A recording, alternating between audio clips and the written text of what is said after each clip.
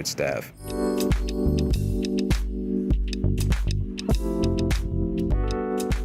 morning, good morning. As I always say, if you can hear the sultry sounds of my voice, it is a good morning because that means you're still alive. This is Attorney Clinton Paris, and you are live on Intex News Radio, reality radio where everybody can be a star. I am the co-host of Straight Up the Middle. I'm joined in this crusade, this endeavor, this pursuit of truth, justice, and the American way by none other than my cohort, my partner in truth, sweet Pete Edwards. Good morning, Pete. How you feeling? My brother, I'm doing okay. Interesting week all the way around on some of the observations and court rulings and shenanigans in Congress and the whole bit. But the good thing about it is this week we celebrate tomorrow Mother's Day. And Yes. as I told somebody this morning, when you speak of a village, it takes a village to raise a child. There are many mothers in that village. Give you an example: when your mother is working, the elderly lady in the neighborhood that sits in a position to see everything going on, she serves as a representative of your mother till your mother return home safely from work. Yes. The mail lady, the school teacher, the kindergarten. You know what I'm saying? So we want to make sure the listening audience know that when we always speak about it takes a village to raise a child, don't leave out those unsung heroes that are mothers that are not identified, of course, as biological mothers, but you know as well as I know, Clint, that had it not been for the prayers of particularly old saintly mothers who Yes. the children have moved away, but little boys like you and I kept them alive when they wanted to scold us, when they wanted to teach us something, when they wanted to give us a dessert or something. You feel me on that? Oh, listen, Yeah. listen. I mean, that's one of the most, I think, powerful and brilliant things about the African American community, and that is the net that mothers have placed to catch all of us Yes. when we've fallen short and we've made mistakes. They've been there to catch us and lift us. And I can just run off an infinite number of lists of mothers in our community that helped me move along and walk. And I tell you, Pete, every now and again now I get a call from somebody who'll say, I've got an elderly grandmother or somebody that's in a dire situation and we need something done. And I'll tell my staff at the office, hey, clear my calendar, tell everybody else we'll reschedule them. I'm going to meet so-and-so at their house to deal with such and such. And sometimes people, I'm like overwhelmed with the opportunity to give back to some of those people because they did so much for me. I mean, just beyond my ability, even almost appreciate or give back to. So you are absolutely right about the mothers in our community. And I'm just hopeful that continues as we move through more and more generations. Sometimes we don't see. We definitely need that. I think sometimes we don't see in these young people the same level of qualities, but that's okay. I think they grow and emerge because I have not forgotten how many people thought I was, completely on the wrong track and would never do anything right. So I'm very, very, let me tell you something also though, Pete, that you mentioned you said the word shenanigans. Many years ago, somebody said that word to me. I may be the only person that embarked on about a 2-3 week research project, drilling down into the use of the word shenanigans, where it comes from, the dispute it arose out of. And all I can remember, one of the things was that they were having this function and shenanigans were a family. And people said, well, we won't have any shenanigans. They were having a few. We won't, like the Hatfields and McCoys. Well, we won't have any shenanigans at this event. And I just think that it's just ironic that you would use that term because I've spent 2 weeks researching that, trying to drill down on that very fact. But you're right about this week. It was a crazy week, so much stuff happening. It's hard to, y'all know if you're like me, Pete, I'm like going through the week going, okay, so what do we focus at? What do we talk about? There's so much stuff. And I sometimes, I know I hog the microphone from you. I want to give you a chance. What's on your mind this morning, right out the box? Right off the box, I want to say congratulations to Orlando Goods and his second year. He was elected unanimously as chairman of the city council. And Yes. I'm reading Facebook and Instagram, and then some people criticizing, well, he's still a policeman and all this other kind of foolishness.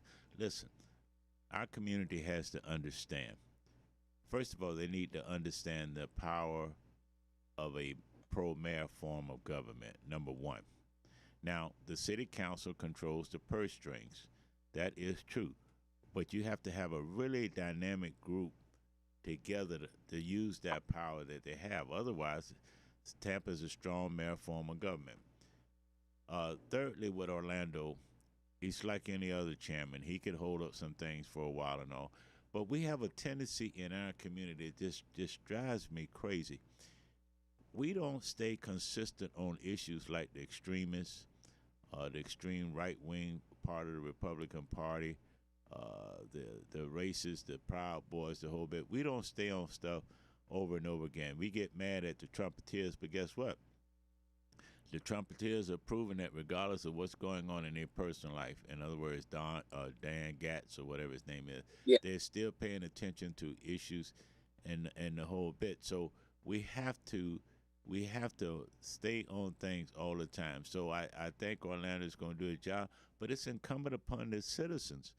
If you have ideas, if you have issues, if you have concerns, why wait till the paper brings out an article or something? We have enough retired people, enough smart people that can go down to City Hall, they can read ordinance, they can read zoning things and the whole bit. So we don't have to wait till the last minute when everything is cast and done to say, hey, y'all forgot about it. Hold them all accountable. We got black people living in every district. Now, when Orlando doesn't do like we think he should do, then we ought to hold him accountable. And people have to be reminded the black community is not monogamous, okay? There's a difference of opinion. So I say congratulations to him on that. You know. Yeah. That congrats is well, because here's what I think Orlando represents. He represents our next generation of political leadership locally. But you see this across the country. Young, black, ambitious candidates are running for offices. They're winning offices.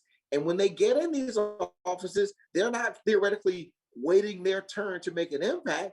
They're stepping out front and taking the mantle. I was this morning listening to Diane Hart's show, and I was just amazed at all the stuff she's doing, the stuff that she's partnering with Finchers Driscoll and other people and Daryl Rousson. And all I could think, though, the healthy, vibrant leadership we have in our local community is reflective across the country, all over our America. And I think the world, Pete, the political awareness or consciousness has been raised like it was probably close to the 50s and 60s. We kind of backed off a little bit. Everybody got a little comfortable, I think, in the late 70s, 80s, maybe even some in the 90s. But it's time that we really engage at a high level. I think the Black community has changed drastically from back then. You have so many more educated people, people who are coming into the system in the process, not from ground zero. And you hit it right on the head with a diverse opinion, diverse expectations, and our young new leadership, in which Orlando Guz in our city council, he represents that. He could easily be Tampa's first Black mayor if he plays his cards right. He could very easily be that. Here's the other and thing. I hope that he continues in the way that he's addressing some of the issues that we have in our community, and make sure that he doesn't get distracted by the naysayers, Pete. The other thing, you hit it on the head. You hit it on the head with education. But I can tell you this, I tell young people all the time, don't get swept up in the trap game thinking that you got to have a college education to make a difference in our community. Right now, with the resurgence of racism and everything else, we have to have a educated group that includes blue-collar businessmen, kids that are in vocational schools and all. But education, to me, when I look at the Black community, has to deal with street sense, common sense, formal education sense or educational sense and family matters sense. So you got to put those four together, Yeah, yeah. and make it And work. I'll tell you this, on that point, like for example, this idea of citizens carte blanche across the board opposing law enforcement, I think is misplaced. If you think our society can function without law enforcement, you are sadly mistaken, and you don't want to live in that America, I don't think. That's one of those things where people have to be, I think, and we hear this definitely from the left, far left, when people yell about defunding police. I think we should be looking at how we police.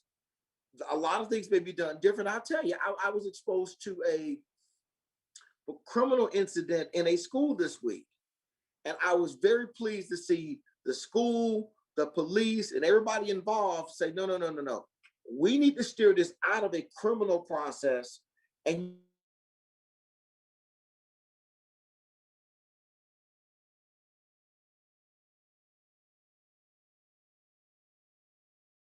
Well, here's the thing, Clint. One of the things, the biggest mistake we made with the George Floyd incident and everything else, when we allow people who supposedly represent Black Lives Matter use that crazy word of defund the police. use an administrative process because they, oh, all the police do is come charge or saying stay out of that. Yeah, well, you can't see the budget is there. The When we said defund the police, we lost a lot of people that normally would have joined the civil rights movement, like when Martin Luther King, SNCC, CORE, and those folks was in it. So that word right there sent people scared and say, okay. And what it told me as a black man, you know what? The people that are talking about defund the police, they're not interested in the black community. They're interested in extreme socialism or what they can get out of it and put us in the bottom of the barrel again.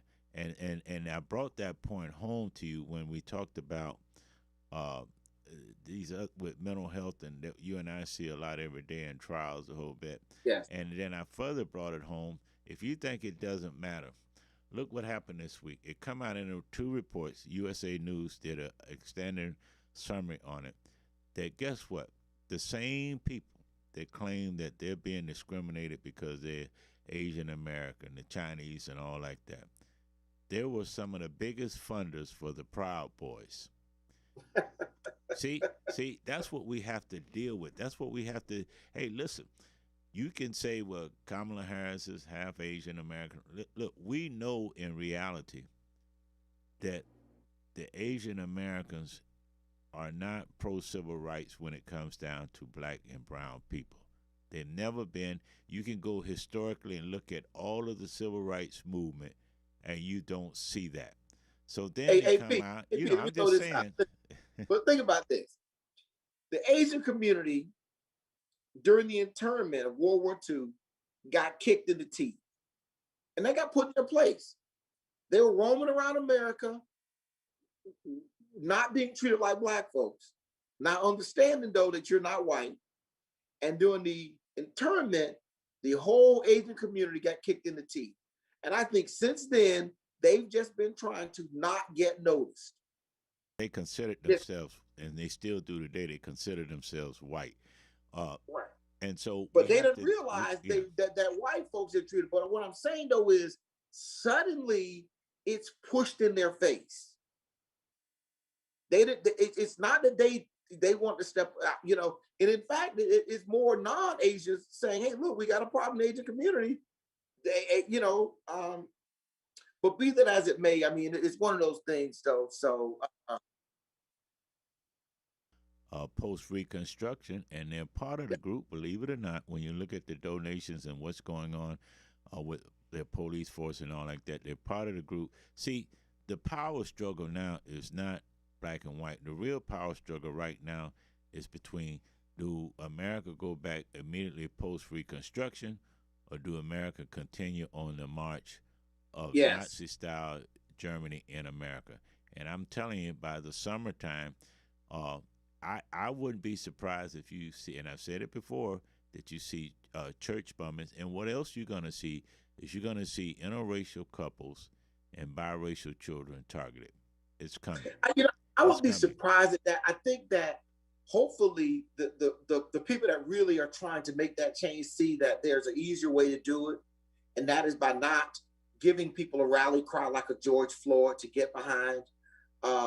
That you do it just subtly with like what's happening with the voting laws, which is something I wanted to kind of bring up.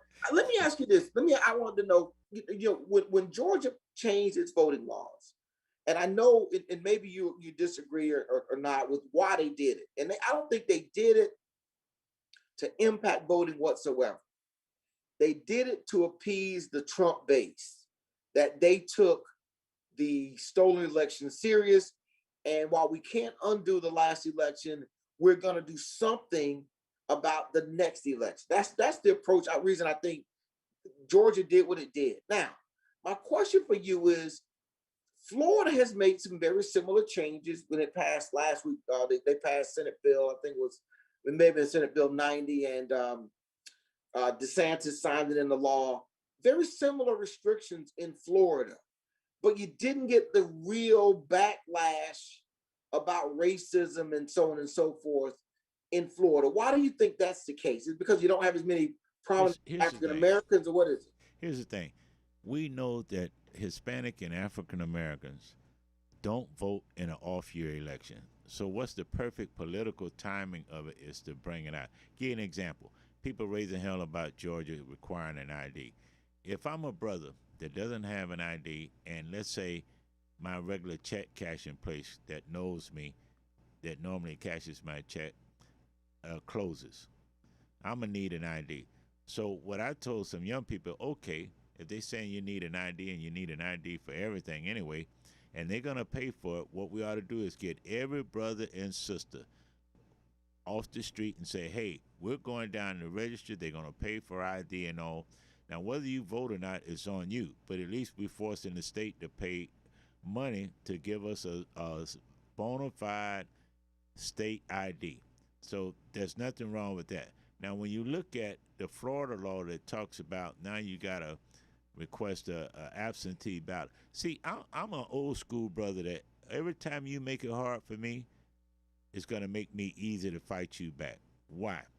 Because I see what's ahead of me, that they don't want me to have continuing absentee ballots coming out and all. So I'm not going to wait till it's time to vote. I'm going to get my forces right now. And since the governor signed the law with all them white people in the background, I'm going to get everybody I can, good white people, good Jews, everybody, and say, okay, let's go down right now and start the process right now. The law is in place. Let's start the process. But in Florida, the black community has a tendency to wait to the last minute, and during an off-year election, we don't vote. But we get Let me mad ask at the you this, Pete. Let me ask Trumpeters and you all, this. but they But vote. think about, but stay with me on this real quick. I think at this stage of American society, there are some basic things that you need to function. Basic. And having a ID is one of those things. That's my take. In fact, I don't know many people, and that just may be the circles I move in, that I would say don't have an ID. That's the first thing. But I'm thinking about the person who is at such a low functional level in their life that you don't have an ID, who though is committed to voting. Because I'm thinking, if you don't have an ID, your life has a lot of other pressing issues that you need to deal with that come before voting. Because I know some really smart, Comes in, sharp Clint. people. What's that? That's where the community comes in. Look, I can't make a brother vote. That's on him. But if he says to me, and he goes to my church, or even if I'm the minister, one of my first sermons should be after the governor signed this crazy bill. My brothers and sisters, let us rejoice and join the van, and we're going to take all y'all down there who don't have an ID. We're going to get in the church van that y'all pay for through y'all tithes and offering, and Reverend is going with you without the preacher's collar, and we're going to get everybody an ID.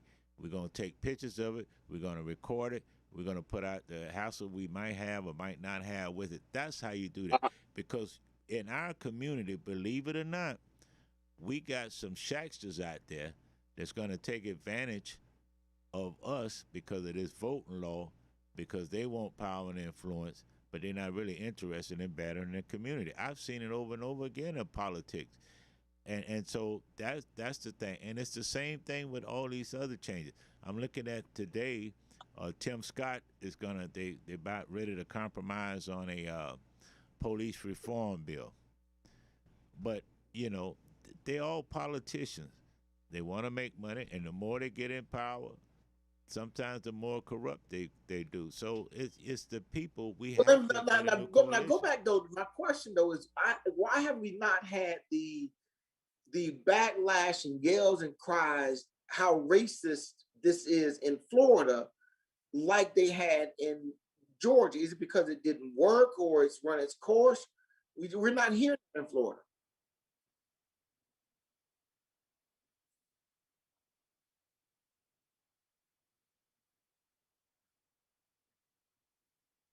In Florida, okay, okay.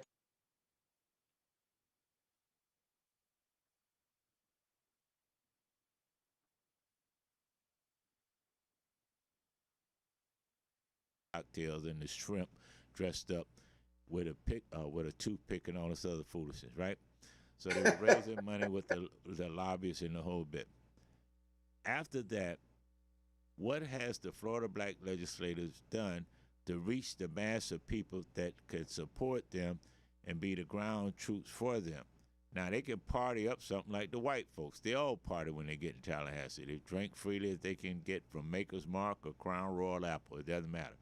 All right. So in Florida, we don't have a core base of black leadership to guide the people, the low income people, the what I call the real people, the middle class people, the grandmamas, the young people that's looking for hope and looking for examples of work. So we don't have that piece. And then the third part of it is uh, has to do with coalition building. The new coalition to make civil rights stronger in America and even in Florida is going to have to come from old heads like myself. I'm not afraid to be called old head. I like the idea actually. They're going to have to get the coalition of young voters. We're going to have to get this new group of high school and college and early 30s group of black and white and Hispanic kids, adults that see things a little different, but they understand the power of freedom and improving race relations and all. We don't have that. We have nobody. Well, the Tampa Bay area is a good example. Uh, Still, at one time we had two black city councilmen, but the other councilmen were not elected; they were appointed through the vacancies or whatever. We still only have one black school board member. We still only have one black county commission. That's incumbent upon us to get coalitions together to make that work. So when you look at Florida, I'm a right wing extremist Republican, white Republican. You think I'm worried about the power of black people and brown people in Florida, especially But on an let me off year throw this election? though. Shucks, But I'd when be you, glad to have y'all do nothing. yeah, but here's the dynamic of that. I think let's take Trump. No organization, no group, no coalition created Donald Trump. He pulled the coalition together. You need that individual person to emerge as a galvanizing leader to do what you're talking about. If you have that, and I'll go back to some major players in Tampa, like you remember Al Austin, some of those folks. They didn't run for office and hold office, but he absolutely, held a major leadership role in how campaigns and coalitions were put together. I think that's what we're missing. We miss that component, and I don't think that's not intentional because underlying most political organizational structure and galvanizing, there's an economic component. You're wrong, And Cliff. You're wrong. It is okay, intentional within the black community. Take aside the economic things and all. You know what's intentional about it? It ticks me off when I see black candidates, black elected officials that don't even come into their neighborhoods until 2 or 3 months before it's time to vote. Now, down Hart is a little different, but I've seen some people I know throughout the Tampa Bay area. Les was different. People didn't like his style, but he made it different. But there are some candidates and some people that look like me and you that when they Yeah, come yeah, in but our neighborhood, they won't come into the deep Miller, parts of our neighborhood. but Les Miller was he was just too smooth. He was too easy on the eye. He dressed too nice.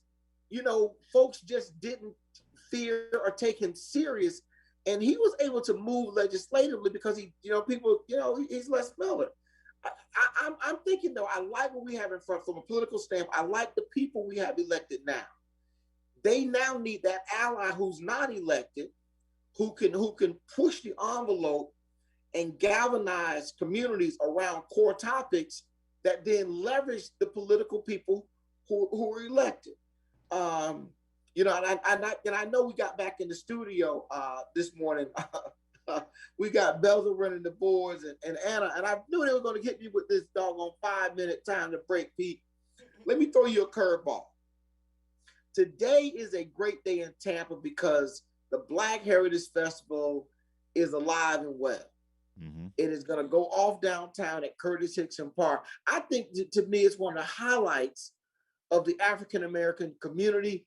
I think also if we could generate a way of having a discussion about the state of Tampa as part of the Black Heritage Festival would be a good idea. But I'm always excited when the Black Heritage Festival, and I guess my question, Pete, you gonna make it down there to check out some of the music and what I'm disappointed in, Cliff, the number of corporations that are using the Tampa Bay area as their headquarters and is not supporting the Black Tampa Bay Black Heritage, which to a lot of corporations would be on paper should be a safe event to support, right? Give you a good example. I'm looking through their supporters, right? And I'm thinking all these brothers and sisters that's been in the military. USAA has 2 big buildings, 2 big headquarters in Tampa. I don't see their name on there. So what it tells me is that the local chamber of commerce and these corporations, you know why they moved to the South, and you know why they actually come to the Tampa Bay area.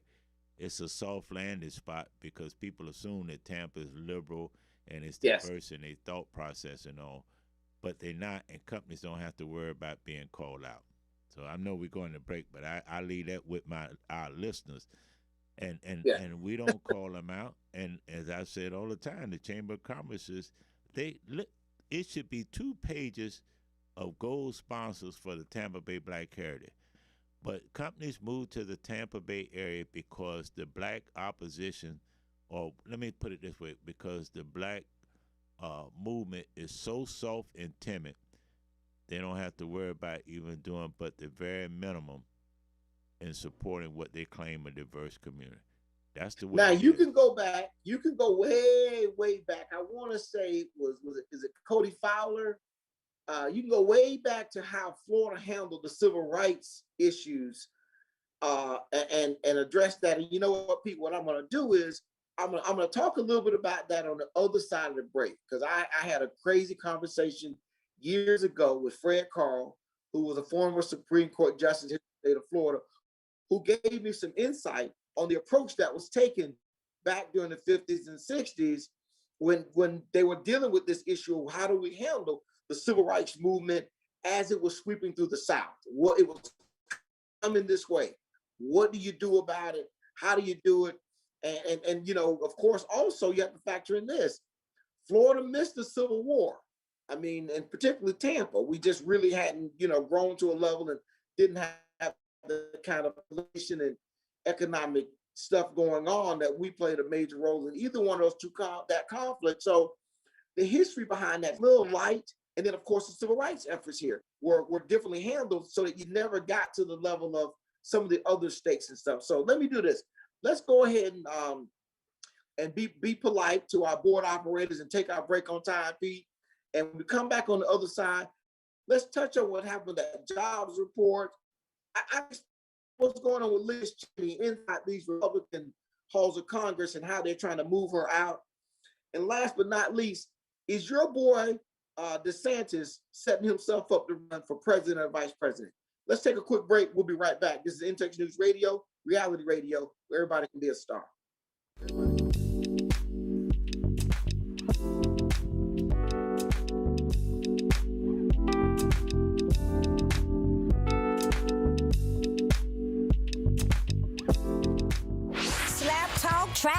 Just Talk with Madam CJ. Right here on In Touch Radio. Every Thursday at 7 p.m. Talk to me, baby. Trap Talk, y'all. On In Touch Radio. The storks are bringing me a baby brother. We can do this together. All right, let's go. Storks know how to keep kids safe. Do you? What? Oh my gosh, you don't know. I know. You don't.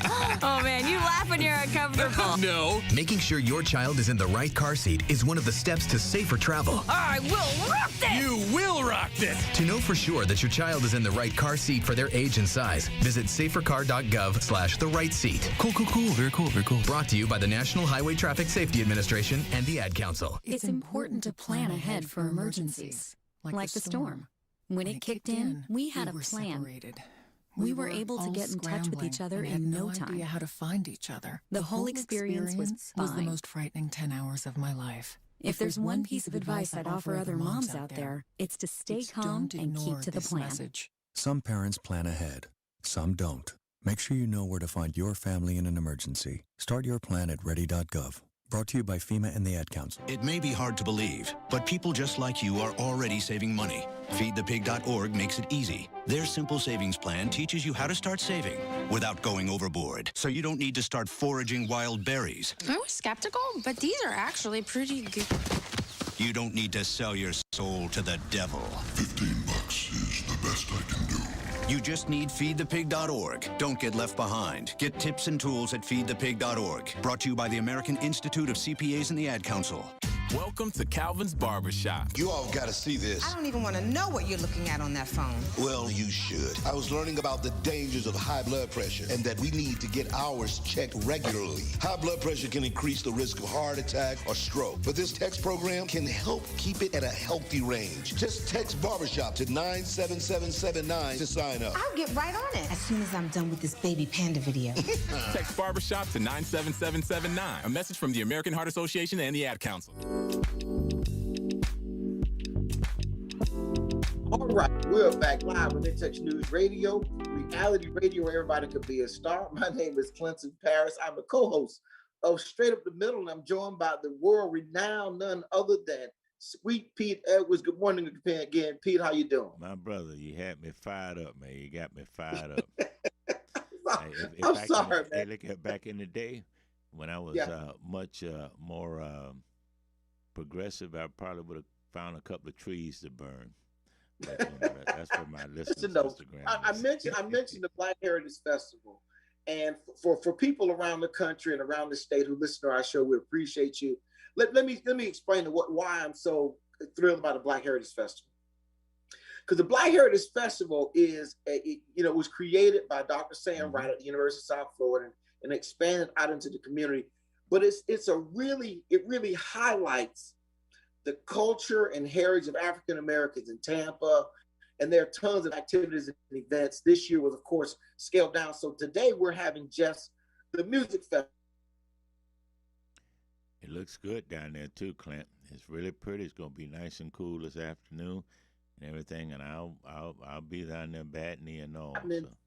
That's going on with our station here, In Touch News Radio, and that is something that's being put together called Fresh Fridays. Fresh Fridays. You may say it's a play on the old First Fridays back in the day. You know, back when you were a young fella, Pete. And on First Friday, we got together and did. But at 5508 out in the courtyard, In Touch News, led by Daryl and Tammy Johnson, is putting on something called Fresh Fridays. They're going to have a slate of dates from May 14th through June 11th. May 28th, June 25th, July 9th, August 6th, July 23rd, August 12th. Just a bunch of Fridays encouraging people to come out, have some grown folks fun, mix, mingle. You know, we all got our vaccines, and the CDC says we can gather in a little bit larger groups out in public. And also they're going to have karaoke with cast, which I know is going to be crazy. So one of the things that we can look forward to.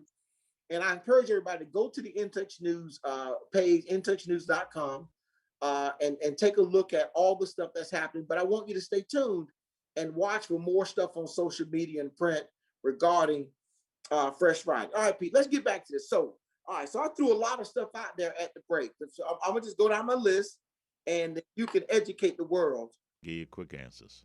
Go ahead. No, I want the Well, I full mean, answer. so we can. I know we got a good list, but I can give you my straight up answer. Okay, good enough. Well, let's start. The first one I want to talk about is this. Let's talk about this jobs report. Only 266 jobs. Companies are saying we can't find workers. People won't come to work.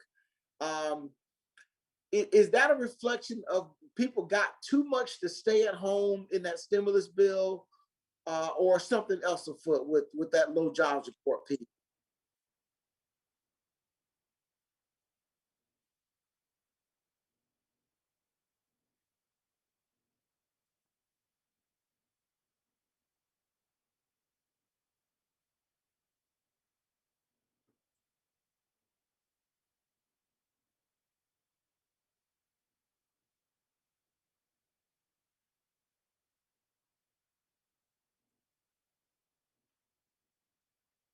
It's fake when they talk about people making more money staying home. No, a lot of people want to make sure they're healthy. A lot of young people want to work, but they're not reaching out to them to work. A lot of seniors want to work, but we know if we be honest with ourselves, if you try to get a job over 50 years old now, outside of being a greeter at Walmart or something like that, they don't want to hire. But it serves the purpose of extremists, right-wing extremists, to say, hey, and when they talking about people don't want to work, you know who they're talking about? Low-income people, black and brown people. That's that quiet stigma that they have behind it. Well, let me say this, I'm Pete. just saying. When Trump was in office, I took the reports, jobs report number to be what the numbers say they are. Now we can analyze what they are, but 266 new jobs is a low number, and something needs to be done. Now, here's what I think. I think that you have a lot of students who are at home. You have a lot of people who've been able to get by on one income, and they've realized, being in this rat race and working myself to death just to have, that extra third car, not 2 cars, but 3 cars.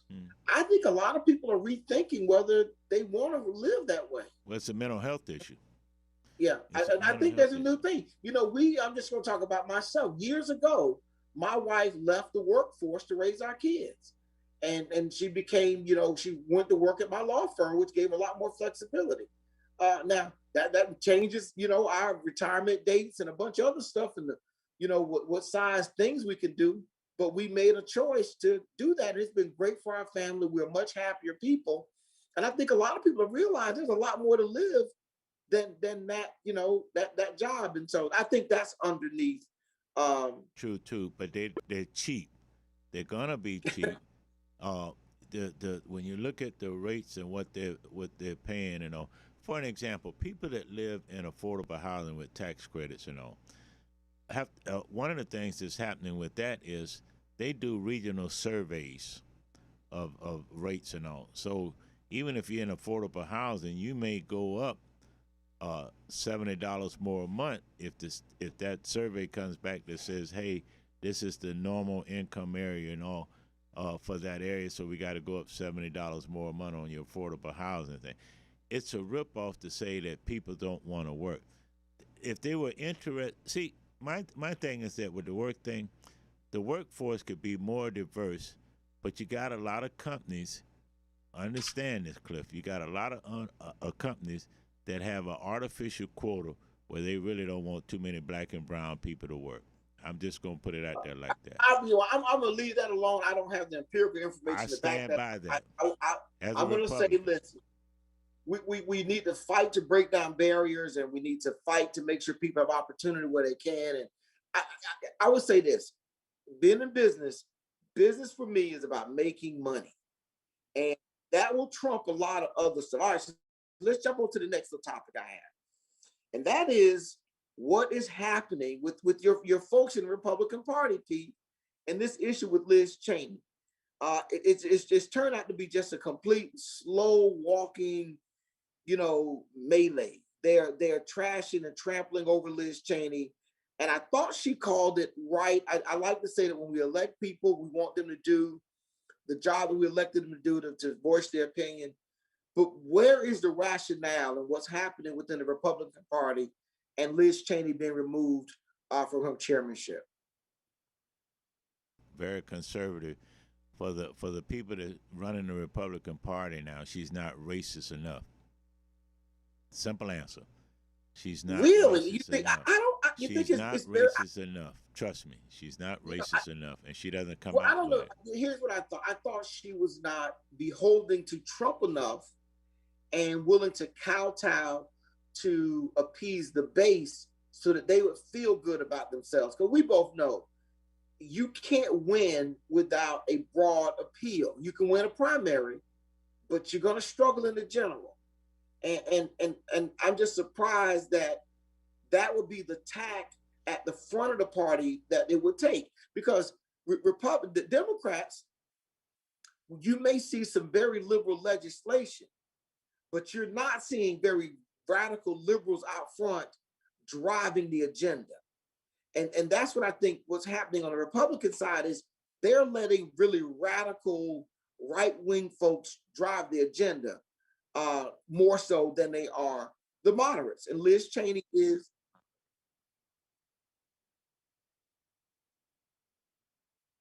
conservative now have switched their label to non MPA or whatever they call it, because they understand this Trump movement is right-wing extremist white supremacy. That's it. And if you look at the women, look at the lady that's supposed to take Liz Cheney place. They went back in K-Files and showed how she was anti-Trump and all like that. But now she's switched. Why? Because it's about money.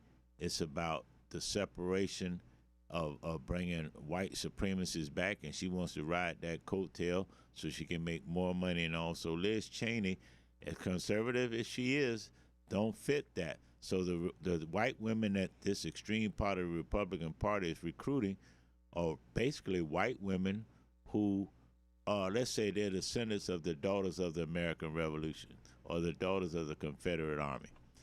Okay, so their attitude is, hey, white supremacy. So that's the bottom line there. We don't like to talk about it like that, but that's exactly what it is.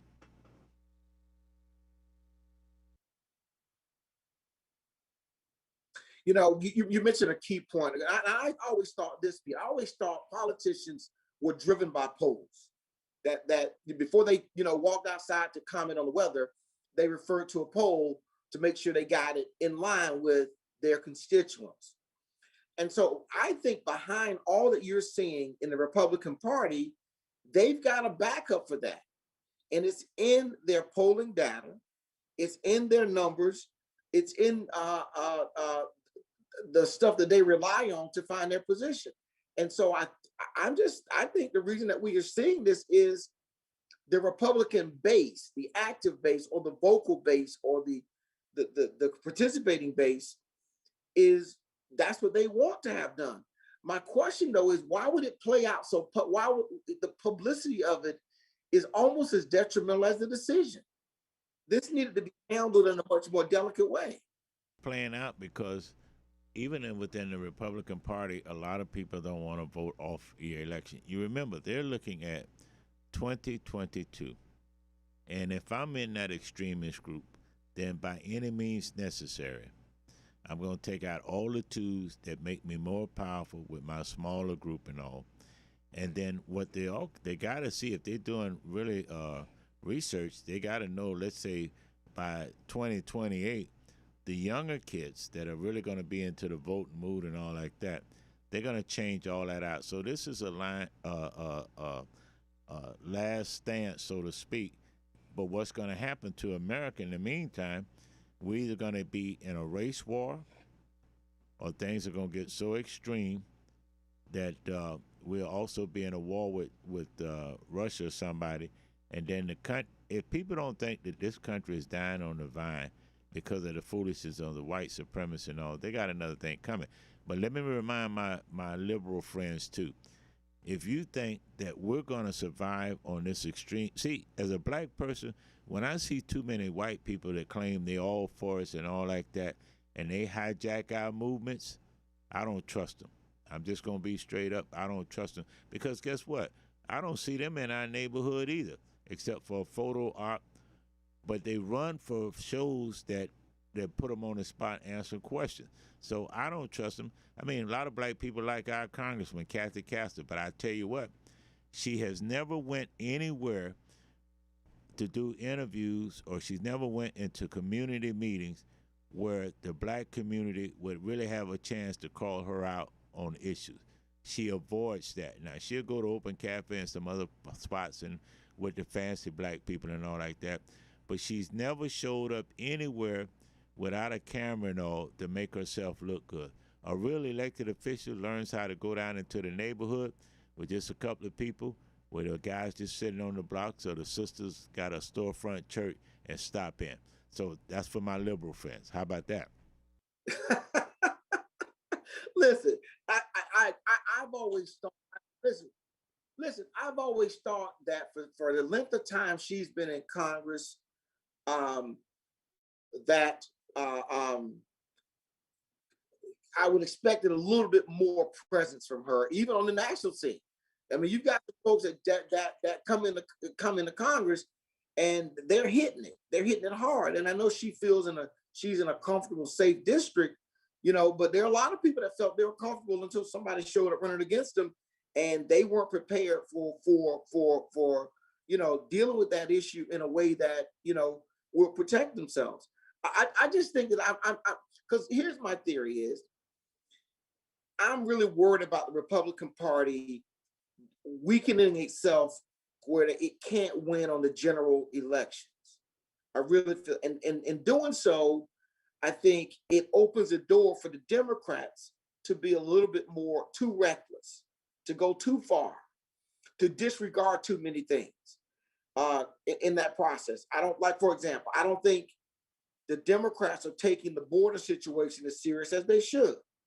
I think it should be a seriously taken issue in a public way. Well, they're playing it a little differently. They're playing it, we're going to treat this like it's a international issue. We're going to go down to the triangle and work our way back up, as opposed to working from the border down. I think but without Republican strength in front of them on that issue, they can get away with that, and I just think that to me worries me. You're right, but keep in mind, people who have power that has no real relationship after the lights and the media is gone from the community. It's not about the community with them. It's about the amount of power and wealth and influence they can accumulate in a short time, whether they black, white, Hispanic, Jewish, Indian, or whatever. That's the essence of arrogant power. People who are elected that truly, I give you one example and then I'm going to get off this subject. Kathy Castor's seat should have been Les Miller's seat. But you know what happened? The so-called he worked with her mom. The so-called Tampa liberals joined in together and got Kathy and cut Les right on out. And one of the main backers of Kathy Castor, believe it or not, was Alex Sink, who Les went overboard to help her husband, Bill McBride, try to become governor. And what do he get for that? Yeah. McBride I agree with you. sponsors a big fundraiser for Kathy Castor out on the lake. So see, when sisters, when people tell me we got these so-called liberal congressmen like Kathy Castor and all, I tell brothers, look, don't trust but verify, because she's not what you think she is representing the true blood of the black and brown community. See, you can only fake it so long.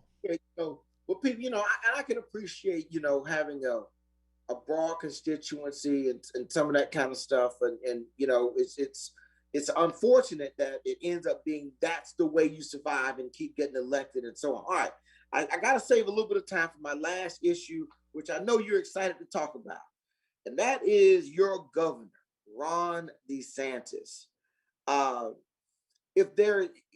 This guy seems to not be missing any chance he can to increase and raise his profile.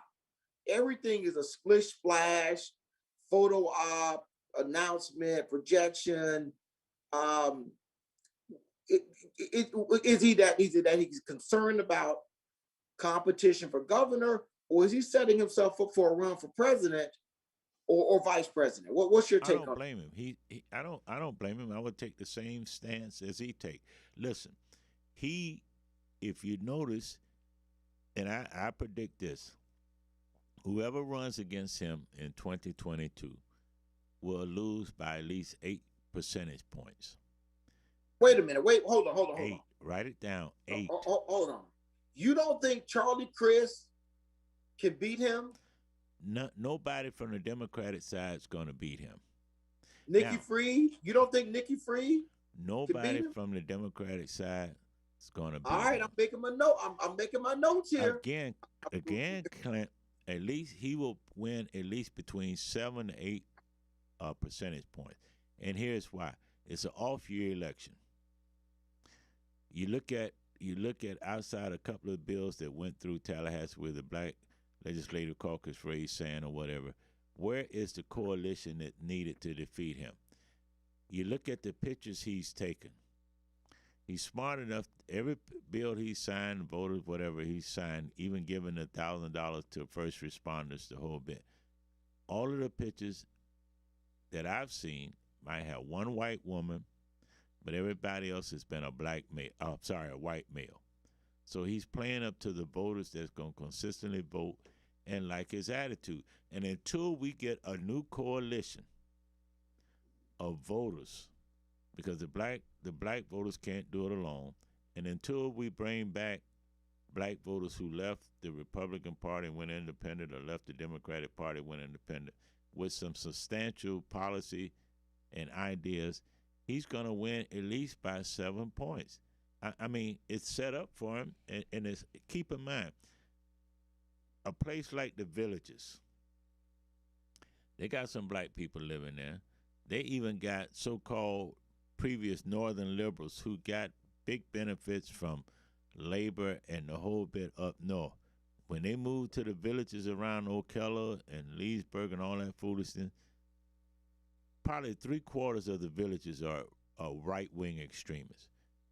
If they weren't, people wouldn't go there. So DeSantis, yeah, he should probably win by at least 7 points. 4 of the points is going to happen, percentage points going to happen because black people not going to vote.